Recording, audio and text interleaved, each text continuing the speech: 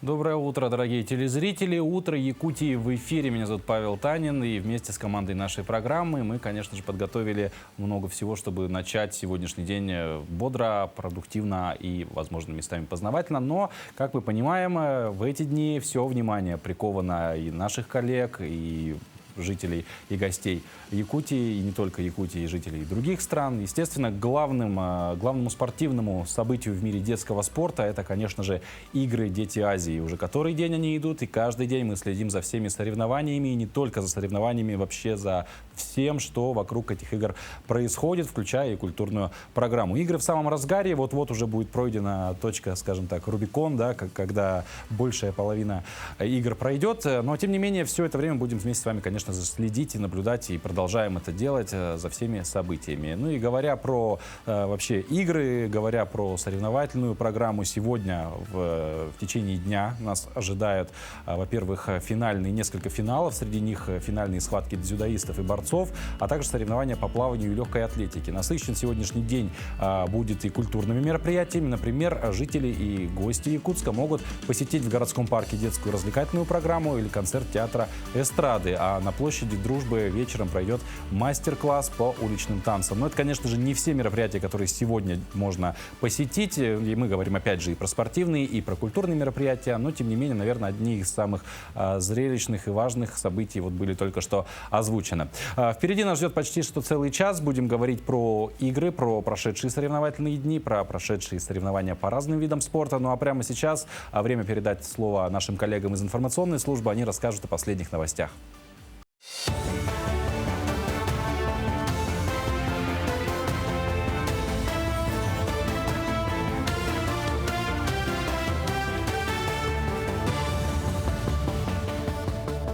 Коллеги, доброе утро. Доброе утро, Якутия. Сейчас блок новостей. С сегодняшнего дня счета за коммунальные услуги и пени за просроченные платежи можно будет оплачивать без банковской комиссии. В декабре президент подписал закон об отмене комиссии для людей, которым нужна особая соцподдержка. А в мае этого года Кабмин утвердил категории россиян, которым положена льгота. С 1 июля от комиссии освобождены пенсионеры, члены многодетных семей старше 18 лет, инвалиды, ветераны боевых действий, члены семей погибших или умерших инвалидов войны, участников Великой Отечественной войны и ветеранов боевых действий. Стартовали официальные тренировки сборных команд по скалолазанию. Всего в этом виде спорта принимают участие 9 команд, в том числе из Азербайджана, Казахстана и Кыргызстана. Одна сборная могла выставить 6 спортсменов, 3 девушки и 3 юноши. Якутия на правах хозяйки выставила 2 команды. Сами соревнования по скалолазанию будут проходить по 3 видам – скорость, трудность и болдеринг. Поболеть за спортсменов можно будет до 5 июля в спорткомплексе «Дахсу». Соревнования по скалолазанию у нас проводятся в 3 дисциплинах. Дисциплина лазания на скорость, где результатом является время прохождения дистанции. Дисциплина лазания на трудность, где спортсмены оцениваются по тому, кто дальше по трассе пролез по количеству перехватов. И дисциплина болдеринг. Это серия коротких трасс. И на каждой трассе есть финиш и промежуточный финиш. И, соответственно, учитывается, кто больше трасс залез. Великая сила музыки. В Театре оперы и балета проходит 2-й международный конкурс оперных певцов. Принимают участие исполнители, работающие в музыкальных театрах, а также свободные певцы, как в России, так и за рубежом. Конкурс приурочен к юбилею народной артистки России и Якутии Италины Афанасьевой-Адамовой. Отметим, что 4 июля лауреаты конкурса дадут гала-концерт под открытым небом на площади Дружбы. В эти дни большое культурное событие. У нас тоже на сцене происходит творческое состязание между молодыми солистами оперы и студентами старших курсов консерватории.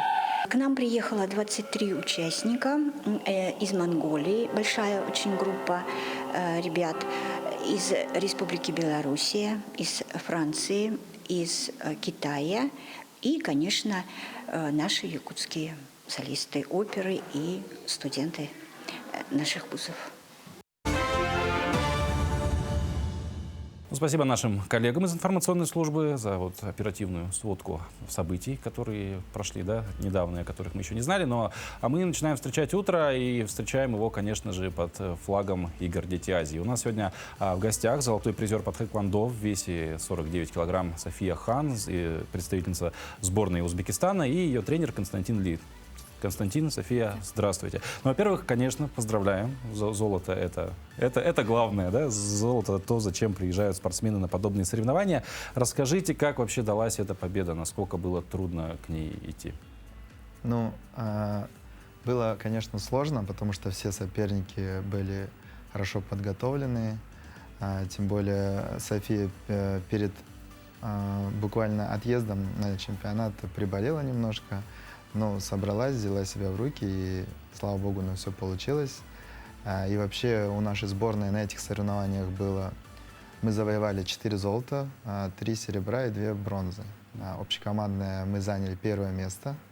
Вот. Но было нелегко, все ребята были хорошо подготовлены, но, наверное, нам чуть больше повезло. Ну, спорт, да, в том числе и частичка везения в нем всегда присутствует. София, а вот кто из соперников, с кем были схватки, вот, наиболее сложным для тебя был? Наверное, это была представительница из Азербайджана и четверть представительница из России. Наверное, это 2 таких самых напряженных боя для меня. Заставили поволноваться, да? А в целом все остальные схватки для тебя, вот как по ощущениям, легко проходили? Или понятно, что перед каждой схваткой есть волнение, потому что, ну, это тут речь идет, да, о золотых медалях, ну, в принципе, о медалях. Или вот кроме вот этих соперниц, которых только что назвала, остальные проходились так более-менее легко? Ну, мне кажется, любой бой будет напряженным, но когда рядом команда, тренер, вы будете чувствовать себя вполне уверенно. Да.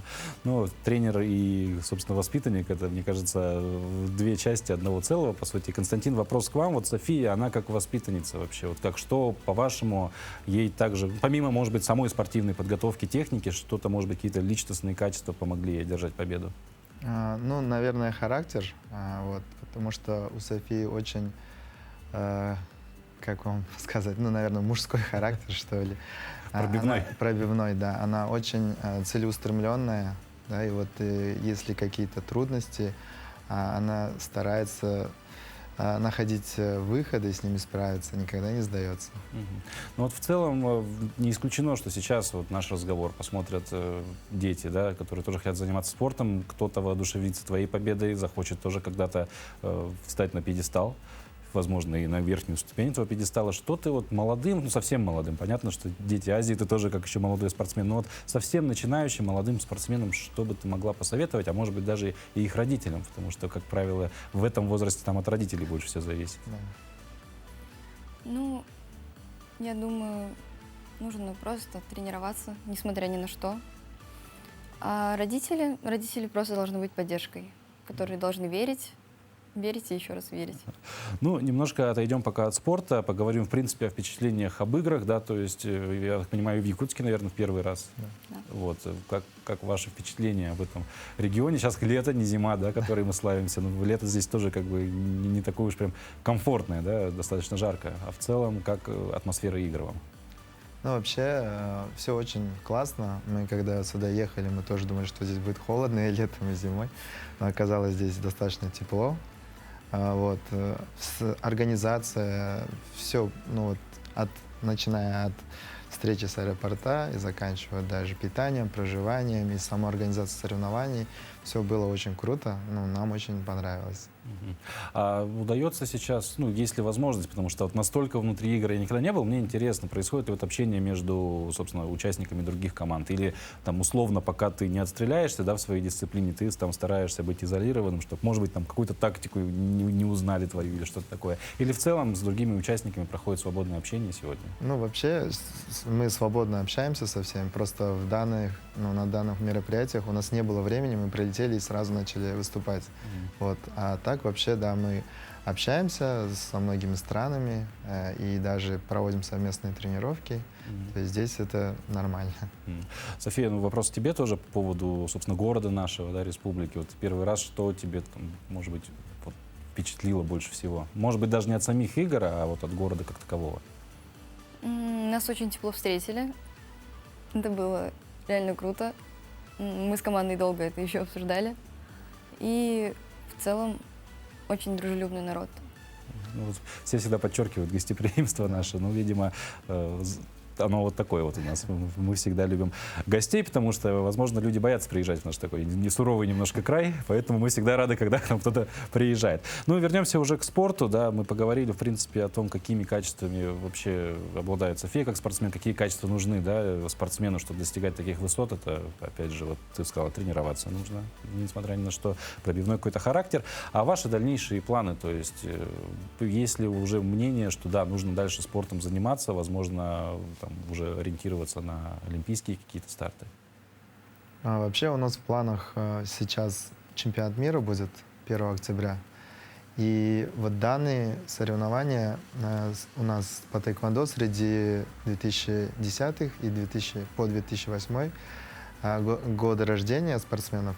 У нас будет крупное мероприятие в 2025 году в Узбекистане. Это Азиатские игры. Для нас это очень как бы важно, и поэтому вот данное мероприятие «Дети Азии» является как бы сопутствующим. Мы хотели посмотреть наших спортсменов именно этих годов, как они себя поведут, насколько они подготовлены сейчас, чтобы в дальнейшем с ними работать и на азиатские игры. На азиатские игры. Ну, надеюсь, всем планам будет суждено обязательно сбыться. Я вас еще раз поздравляю с победой. Ну, и желаю как бы уже... Я так понимаю, если золото взято, соревнования уже у вас...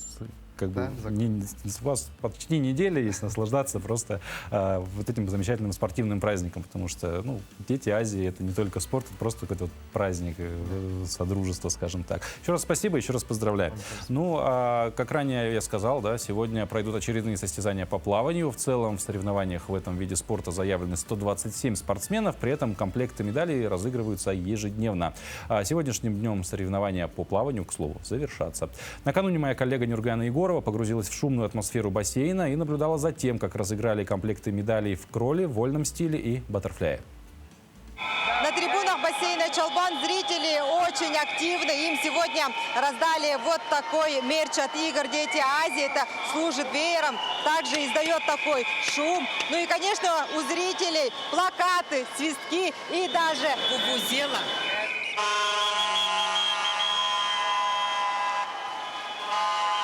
У тренера Александра Кудрявцева на играх «Дети Азии» участвуют 2 девочки. Пока призовых мест не заняли, но вувузела, как говорится, в деле. Старты только начались, то ли еще будет.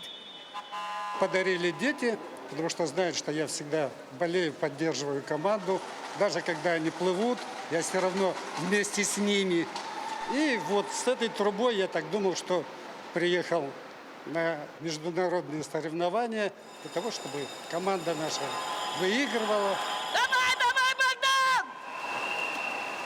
Мы с Камчатки, представляем Дальневосточный округ. Богдан Торопкин, мой внук, занимается уже в спортивной школе 8 лет. Сегодня я очень довольна его стартом, потому что он сделал мастера спорта. Внуку Богдану до мастера не хватило несколько сотых секунд. Но зато в активе спортсмена 2 бронзы. Когда так рьяно болеет близкий человек, то и победы не будут себя долго ждать. В 200 вольном занял 3-е место. Ну, почти мастер, но не получилось. Его здесь не присваивают. Было очень сложно соревноваться с другими ребятами, но получилось занять 3-е место. А у Екатерины Гузик уже 3-я медаль на счету и долгожданное золото в личке. В первый день она вольным стилем завоевала бронзу на дистанции 100 метров и золото на эстафете 4 по 100. Но личное время улучшить не получилось. Не хватило скорости, мощность у меня хорошая, тренер говорит, все хорошо. Техники, наверное, я шатаюсь, там, может, проблемы в технике. Поэтому скорость чуть-чуть похожа.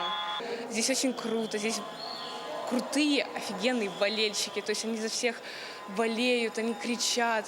Это круто, потому что я на скольких соревнованиях была, такого никогда не было. На водных дорожках бассейна Чолбон жаркие баталии продолжаются. Впереди самые интересные виды эстафеты на различных дистанциях с участием 4 представителей из каждой команды и эстафета дружбы. Евгения Егорова, Иван Царакаумов. Не такая шумная, но не менее напряженная атмосфера на днях царила во время шахматных баталий. Имена чемпионов и призеров в этом виде спорта станут известны только через пару дней. Ну а пока зрители ежедневно могут наблюдать за квалификационными партиями. В шахматном турнире стоит напряженная тишина. Участники сидят за столами. Лишь время от времени шахматисты ходят по залу, наблюдая за другими игроками. Наблюдают за партиями и тренеры команд. Как раз эти ребята у нас претендуют на призовые места. Сегодня на первом столе играет Шашимбеков Эмир с 3 очками из 3 возможных, с представителем Казахстана, с мастером Фида, у которого тоже 3 очка из 3 возможных. А наша девочка Сизбекова Айджан, у нее 2,5 очка. 4 девочки после 3 туров имеют по 2,5 очка. Одна из них наша. Она играет с представительницей из России на первом столе. Возможно, это одна из решающих партий. Уже 4-й день здесь идет личный чемпионат по шахматам. В турнире участвуют 4 мастера ФИДе, 3 из которых находятся на лидирующей строчке. В зале на данный момент зрителей нет, но тем не менее за игрой ребят следят по всему миру огромное количество любителей стратегической игры. Прямая трансляция исходит прямо из шахматной доски, которая параллельно показывает время и данные участников. Здесь у нас играют представители 7 международных федераций, включая федеральные округа, плюс Москва. Где-то по 4,5 часа. Борьба, на самом деле, очень интересная сама по себе. Шахматисты показывают высокий уровень своей подготовки. Победа в очередном туре существенно влияет на положение игрока в таблице, в то время как каждое поражение довольно снижает вероятность его итоговой победы в турнире, так как система проведения турнира швейцарская. Поэтому каждый день здесь бескомпромиссная борьба, как говорится, до голых королей. Анна Васильева, Вадим Барашков. Безусловно, шахматы – это стратегия и тактика в первую очередь. Вот говоря про тактику, на днях в тактике соревновались в другом месте во время матчей по футзалу. Там также ежедневно проходят квалификационные матчи, а обладателей медалей узнаем уже послезавтра. Позади 3 игровых дня, десятки голов и несколько встреч. Футбольный турнир продолжается. Сборная команды Узбекистана в упорных матчах уже добилась первой победы на турнире, победив Сибирский федеральный округ. В этот раз под раскатку попались футболисты из Дальнего Востока. В первых 10 минутах игры футболисты Узбекистана забивают первый гол в ворота противников. ДФО же ответил на это одним результативным ударом. Сборная Узбекистана усиливает натиск ворот соперника, вынудив их часто нарушать правила. В итоге ДВФО набрали 6 фолов. И это не грубая игра, просто есть некоторые нарушения со стороны игроков сборной Дальнего Востока. А так, в общем, нормальная, хорошая игра. Во втором тайме сборная Дальнего Востока забивает гол в ворота соперника. Ответ приходит почти сразу. Гол за голом забивает команда Узбекистана. Они обеспечивают себе преимущество. Техника команды, изобретательность и импровизация футболистов. В игре начинается нешуточная борьба. Трибуны просто в шоке от разворачивающейся игры. Длительность игры 2 матча по 20 минут. По итогам первого матча счет 3-4. Однако уже второй матч идет и счет 3-5 в пользу сборной команды Узбекистана. По итогам турнира счет 3-6. Лидер сборная команды Узбекистана. К этому турниру они начали подготовку заранее. Как известно, лучшая тренировка – это соревнования. Футболисты провели сборы не только в своей республике, но и приняли участие в выездных турнирах.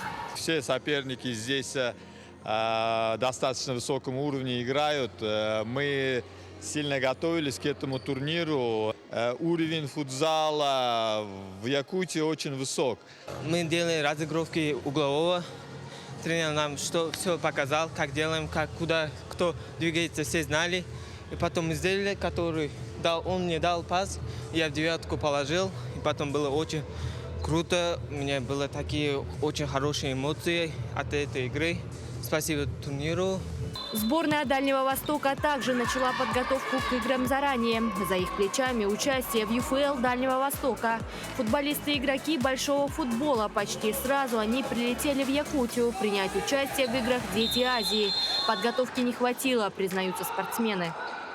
Хорошая была игра, открытая, с двух сторон, контратаки. Много не забили, к сожалению.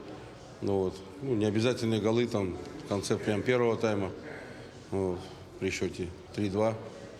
Во втором вышли, вроде опять начали догонять, много не забили. И в итоге получили опять концовки. Третий гол я точно помню. Там, то есть у нас есть определенная схема, но она не прошла. Гол был, но не такой, как мы хотели. Это понятно. И первый тоже, второй разыграли. Противники, конечно же, сильные, но мы свои моменты просто не забивали. Мы моментов 6, наверное, не забили и 4 штанги. Футбольный турнир продолжается. Впереди еще несколько туров. По их итогам определятся 2 команды, которые будут оспаривать главный трофей футзального турнира. Даяна Федорова, Георгий Григорьев. Мы продолжим говорить про непосредственно тактические командные виды спорта. С нетерпением юные спортсмены ждали соревнований по волейболу. Эти соревнования представляют отличную возможность для проявления спортивных навыков, слаженной командной работы и здоровой конкуренции.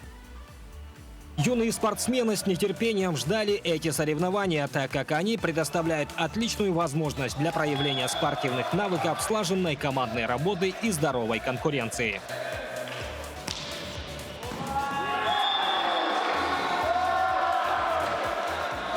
Есть команды, которые традиционно в лидерах. Это Уральский федеральный округ. Это ожидаем хорошую игру от команды «Беларусь». Надеюсь, и местная команда не подведет наши ожидания. И Сибирь очень приличная. Вот сейчас будет играть. Мы по росту, по взгляду, по составу тренерского ожидаем от них тоже хороших игр. Всего на соревнованиях по волейболу среди юношей представлены 9 стран. Первыми на волейбольную площадку вышли команды Узбекистана и Кыргызстана. С первого же периода темп игры начали задавать спортсмены из Узбекистана. Сборная продемонстрировала блестящую командную игру. Особо отличился 7-й номер. Каждый раз его атаки приносили очки своей команде. Первый период уверенно вела сборная Узбекистана. Как ни пыталась команда Кыргызстана отыграться на втором периоде, но все тщетно. Ближе к экватору встречи, казалось бы, команда Кыргызстана наконец-то собралась и начала набирать заветные очки. Но противник оказался проворней. Итог второго периода 25-18 в пользу Узбекистана. Все было хорошо, но в следующий раз будет еще лучше. Все победим, в следующей игре будет все победа. Можно сказать, что тогда все указания были выполнены. Игра была хорошая сегодня. Да никакой тактики не было, просто сами так играли, как обычно. Слаженная игра. Все.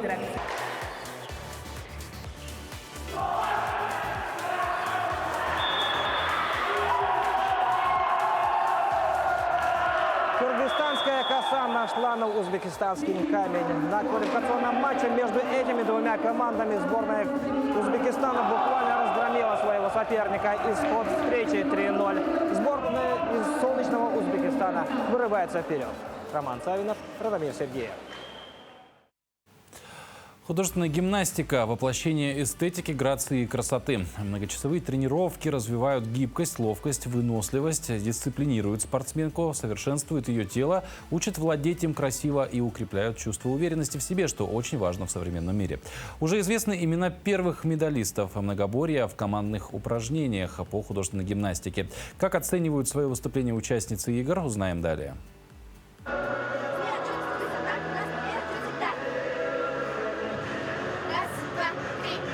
Девочки поддерживают друг друга и настраивают себя на выступление. Одна за другой на помост выходили 10 команд. Из Казахстана, Белоруссии, Киргизии, Узбекистана, гимнастки из Урала, Сибири, Дальнего Востока и хозяева ковра – 2 команды из Якутии. Итак, на ковре лидеры соревнований – сборная Беларуси. Сборная Беларуси привезла первый состав. На играх БРИКС в Казани недавно гимнастки завоевали серебро. Ну а в Токио именно команда Беларуси выиграла золото Олимпиады. Надо отметить, подрастает сильная замена, будущая элита художественной гимнастики. У команды свой стиль и почерк, связки сложных элементов, синхронность, грациозность и высокий уровень техники. Хотя команда была сформирована относительно недавно. Нас собрали полгода назад. Ну, и по ощущениям, мы недавно сплотились и стали настоящей командой. Проходили сборы, отбиралась команда, и также мы выступали на многих этапах Небесной Грации, где тоже также отбирались на БРИКС и Дети Азии. Болельщики очень хорошие, за нас пришли болеть другие виды спорта. Зал тут атмосферный, здесь в принципе удобно, то, что расписаны ковры, все по времени. Выступили очень хорошо, мы сами довольны, тренер доволен, у нас все получилось. Вслед за участницами из Беларуси идут сибирячки. Омская школа художественной гимнастики традиционно сильная, одна из лидеров страны. Юным гимнасткам есть на кого равняться. Омск славится олимпийскими чемпионками Ксенией Дудкиной, Ириной Чащиной, Евгенией Канаевой и другими художницами. Тренировались, приехали сюда, тут очень хорошая атмосфера, все так оборудовано, все хорошие помощники, которые помогают нам. Это очень крупный международный турнир, и мы очень рады, что приехали сюда. Это, так сказать, такой шанс, думаю, бывает раз в жизни. Для нас это как Олимпийские игры, поскольку проходят раз в 4 года. Победители выявляются по сумме 2 видов. Это упражнения со вручами и с 5 парами булав. Судьи оценивают технику, артистизм, синхронность, сложность хореографии, эффектность элементов. Все команды, которые приехали на эти соревнования, очень серьезно подготовились, потому что считают этот турнир один из знаковых турниров года. Команды очень сильные, особенно те, которые боролись за призовые места, потому что все команды имеют высокую сложность, высокий артистический уровень.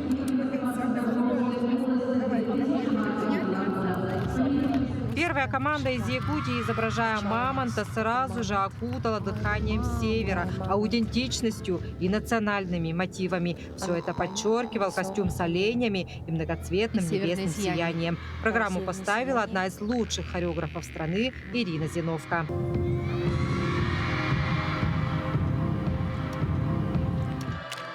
Болельщики бурно поддерживали участниц, создавая особую атмосферу на трибунах Дахсуна.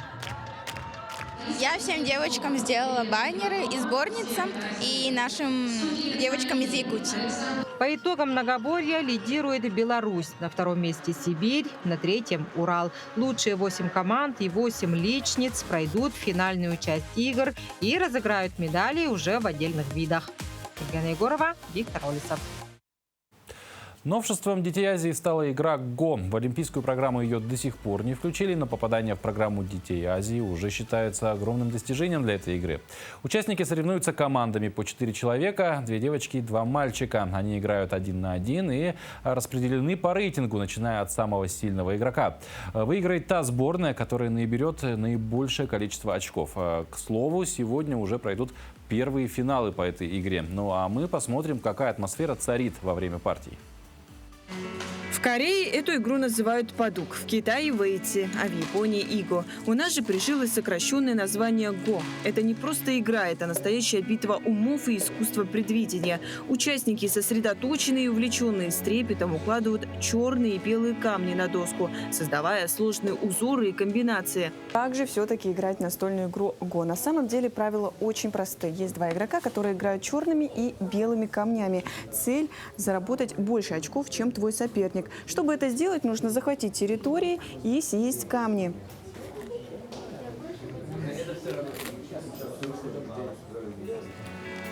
В турнире участвуют 6 команд – представители Дальневосточного, Уральского и Сибирского федеральных округов, сборная Москвы и 2 команды из Якутии. Каждая команда состоит из 4 человек – 2 девочек и 2 мальчиков. Побеждает та сборная, которая наберет наибольшее количество очков. Ну, я мог выиграть, но решили не считать в конце, но там достаточно много, где-то очков 20. Саша играет в ГО уже 5 лет и впервые на соревнованиях столкнулся с серьезными соперниками. В Челябинске, получается, но не очень сами играют. То есть ближайший до меня игрок, он на 800 очков ниже меня. Самый сильный в ОСГ считается мальчик из Якутии.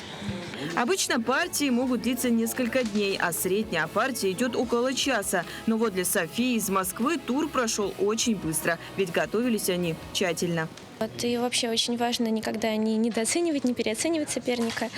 Дополнительно готовилась в организованном проекте «Наковальня Дети Азии». Это была лига, где мы играли с соперниками примерно своего уровня, ну чуть выше, чуть ниже. И также лекции. Вот. Очень интересный, очень классный проект.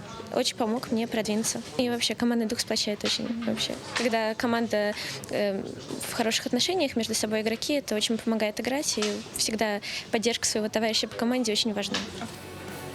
Кстати, София считает, что игра в ГО помогает развить в себе множество полезных качеств и навыков. Очень помогает в математике, потому что я увлекаюсь математикой, физикой, и это прям очень помогает решать логические задачи, находить разные пути решения. Ну и также ГО — это просто очень интересная игра, и получаешь кайф от игры. Участники прошли командные соревнования. Осталось побороться в парных турнирах, а также показать свой личный мастер-класс в индивидуальном зачете. Дарья Короленкова, Георгий Григорьев. А для якутян одной из главных дисциплин игр «Дети Азии» является масс-рестлинг. В этом виде спорта уже разыграны все комплекты медалей, поэтому посмотрим, как это было. На второй день соревнований на помосте встретились спортсмены 3 весовых категорий – 70, 80 и свыше 80 килограмм. Днем ранее из 14 команд 44 участников из 9 стран отличились и вышли в финал спортсмены из 4 стран.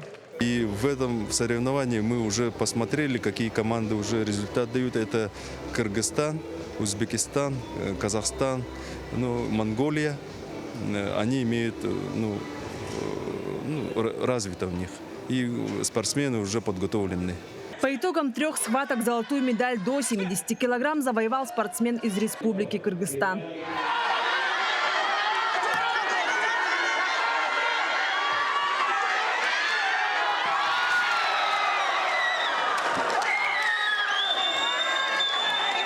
В весовой категории до 80 килограмм победу одержал спортсмен из сборной Республики Саха Роман Тарабукин.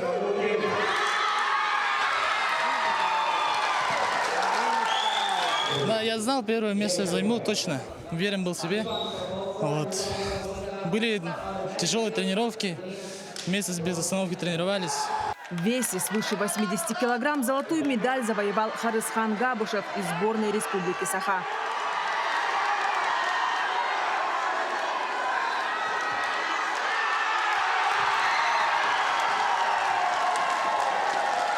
Готовились прошлого года, уже с декабря начали.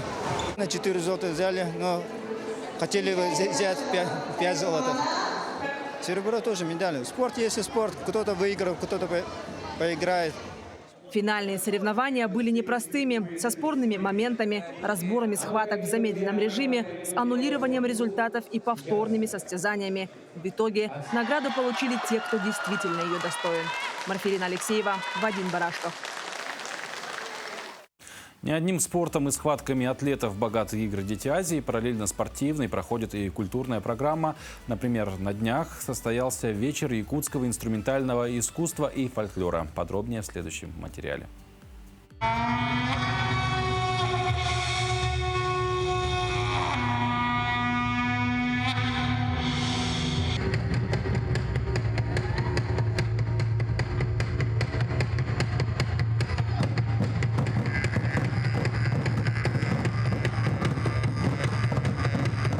Все присутствующие окунулись в чарующую атмосферу Якутии. Вечер открыли народные артисты республики Клавдия и Герман Хатылаевы со своим ансамблем «Теты». После выступления они дали мастер-класс игре на традиционных барабанах. Небольшая разминка, и вот участники приступили к изучению техники национального ударного инструмента. Ритм меняем. И оп!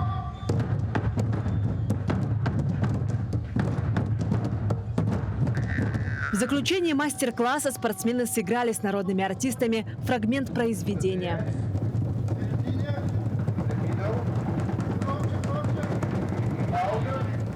Все было новым, мне все очень понравилось. Это первый мой опыт познавания вашей культуры. Мне очень все понравилось на самом деле. Это очень круто, это завораживает. Ты вот так вот пьешь себя, эта работа завораживает. Для меня тоже было все очень новое. Мне тоже очень понравилась ваша культура. Не забывай впечатления. Иногда под вид не успевала. А так все очень супер. Мне многие говорили, что вы все очень гостеприимны, все совпало. Нет, то было отлично, и сейчас ничего не поменялось. Это очень интересная культура, ее интересно изучать. Вечер сопровождался выступлениями ярких артистов с танцевальными флешмобами. Зрители повторяли движения, тем самым знакомясь и овладевая мотивами якутского национального танца. Гости учились играть на древнем национальном инструменте хамус. Супер! Ага, и еще один.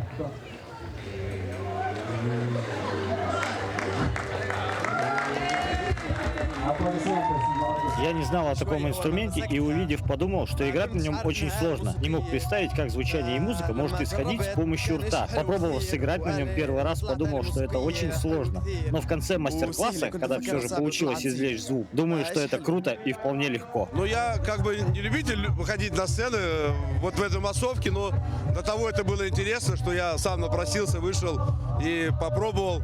Ну, к сожалению, меня не было слышно на той стороне, да, у меня сын там снял на видео, а потом послушай, если что-то слышно. А так, в принципе, мне понравилось. Далее гости познакомились с традиционным сказанием чабыргах и музыкальными произведениями, исполненными на национальном инструменте кырымпа. Гости научились азам игре на нем. Познакомившись с инструментальной культурой народа Саха, гости также познакомились со своей культурой присутствующих. Так спортсмены из Монголии представили свой национальный танец.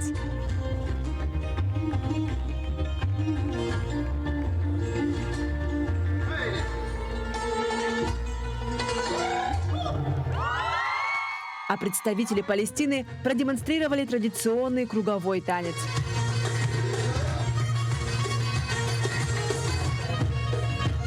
Ярким моментом вечера стал хоровод народов мира, где представители разных государств и регионов, взявшись за руки, кружились под национальную музыку разных народов, пританцовывая традиционные движения. Марферина Алексеева, Вадим Барашков.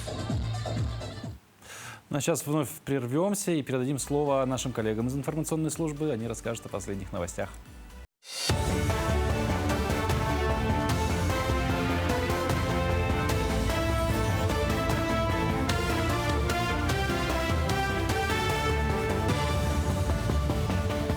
Якутия, доброе утро. Смотрите блок новостей.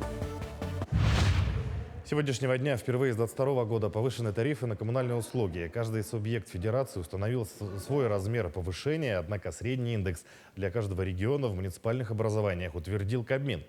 Самый высокий индекс 15% установлен для Забайкальского края, самый низкий 4% для Хакасии. Индексацию для Московской области ограничили до 10,7%, для Москвы до 11%.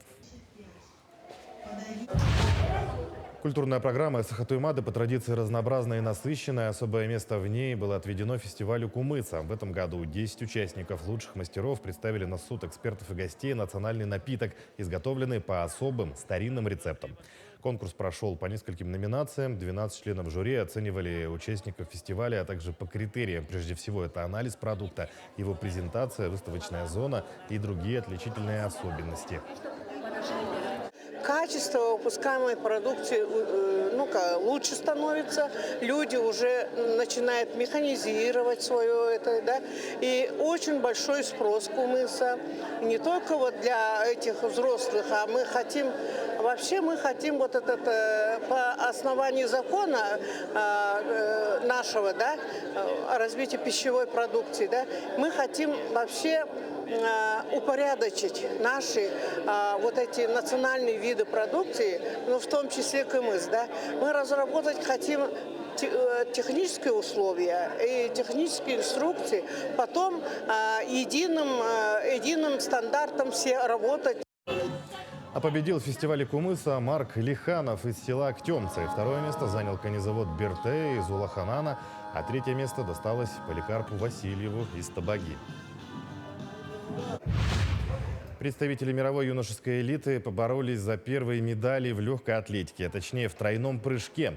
На стадионе Туймада собрались лучшие атлеты со всего мира. Всего участие принимали 12 юношей в соревнованиях в тройном прыжке. Спортсмен из Казахстана Глеб Клепинин стал обладателем серебряной медали. В своей лучшей попытке он показал результат 13 метров и 84 сантиметра. А победителем в этом виде программы у юношей стал якутянин Альберт Винокуров.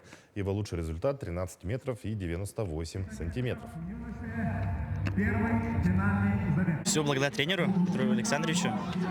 Он меня к всему этому привел. Конечно, счастлив. Ну, я пока не понял, что вообще выиграл. Волновался прям очень сильно. В таких международных я первый раз участвую. Вообще очень круто прям. Атмосфера вообще...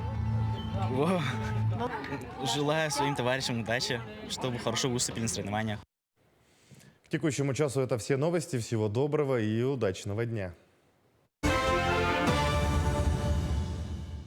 Спасибо коллегам. Но мы продолжаем. Еще одно масштабное событие в эти дни проходит в Якутске. Это фестиваль этнического кино. Его совместили еще и с Арктическим форумом искусств «Желанный берег».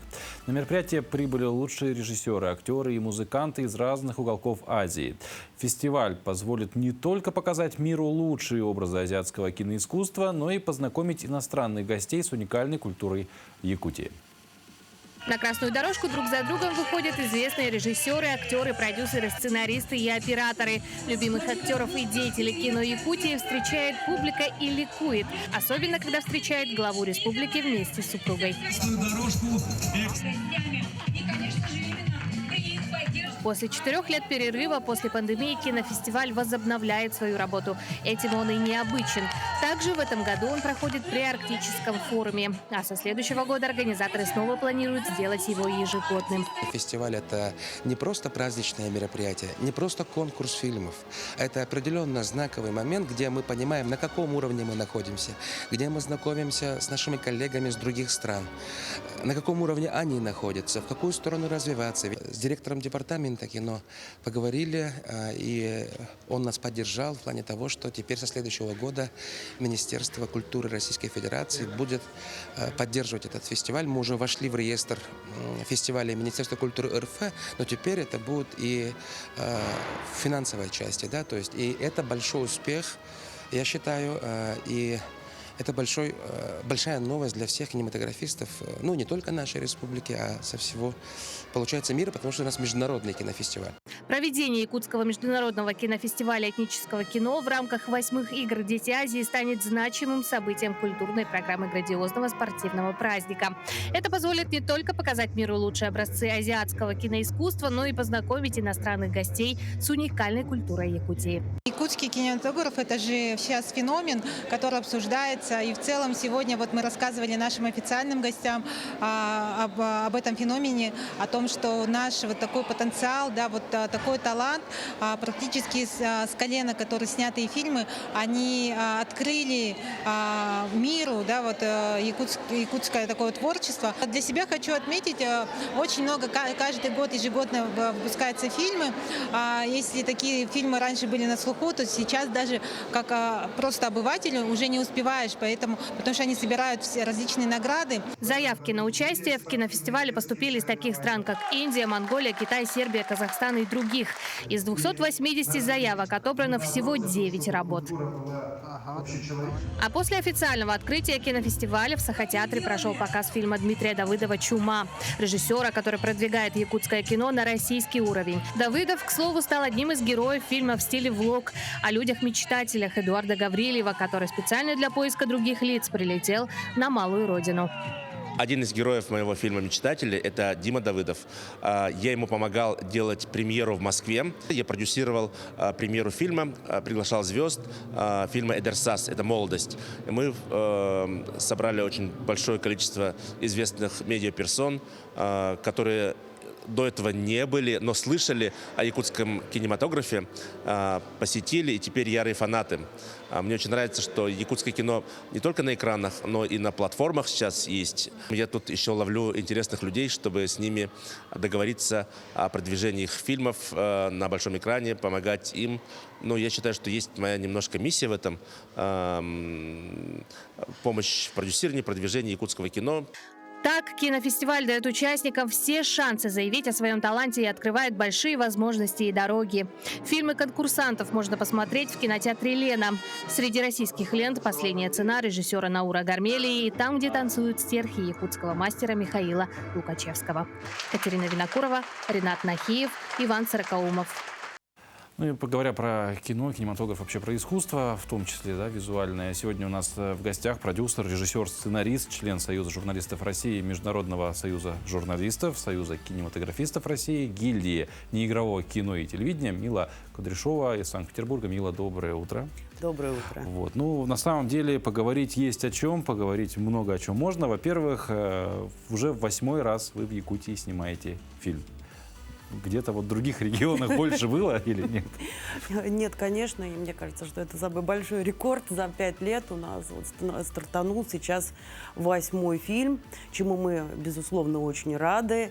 И наш большой проект вот только что был закончен. Я приезжала на съемки большого проекта «Мозг. Традиция. Мечта», который мы стартанули еще в Москве в марте этого года. И закончили здесь, сейчас, в Якутии. То есть у меня там задействовано 5 якутских замечательных героя. Все они творцы, все они создают свой мир. Я могу их перечислить? Можно и перечислить, почему бы нет, тем более, если так хорошо не говорите, пусть страна знает героев поименно, что называется. Да, но, безусловно, это Валентина Романова Чискыры, из которой у нас уже 3-й проект. Она стартовала в этом фильме со съемок в Москве. Это скульптор Тумен Тамаганов, если я не путаю его фамилию, потому что никогда я своих героев по фамилии не назову. Мы тоже начали снимать с ним сцены в Москве. Далее мы переместились в Якутск. И у меня была Анжелика Кириллина, замечательный модельер, Владислав Левочкин. В этом проекте он выступает как автор либретто балета «Светящийся камень». Ну и Туналы Вероника, которая является хранителем традиций и открывала нам мир, сакральный мир традиций Якутии в Татинском области. Ну, вот в целом, говоря про этот проект, да, «Мозг. Традиции. Мечта», о чем это проект, в чем его концептуальная, может быть, идея? Наш проект, кстати, он замечательно возник на прошлом ИСЭХе. Ровно год назад, когда мы вместе с моими героями и коллегами стояли в очередь за мечтой. То есть мы хотели прикоснуться к Алтын-Серге. Мы прождали довольно долгое время, и за это время мы уже обсудили этот фильм, и вот уже через год съемки закончены. Да, этот фильм о соединении традиций, уникальной традиции, монотрадиции народа Саха и научно-технического прогресса. То есть наш фильм немножко о будущем. То есть поэтому наши темы касались робототехники, медицины будущего, но которая будет соединена с традицией. И ставились довольно важные вопросы, там, на чем стоит человек, какая его база, и можно ли, допустим, продвигать дальнейшие идеи без традиции.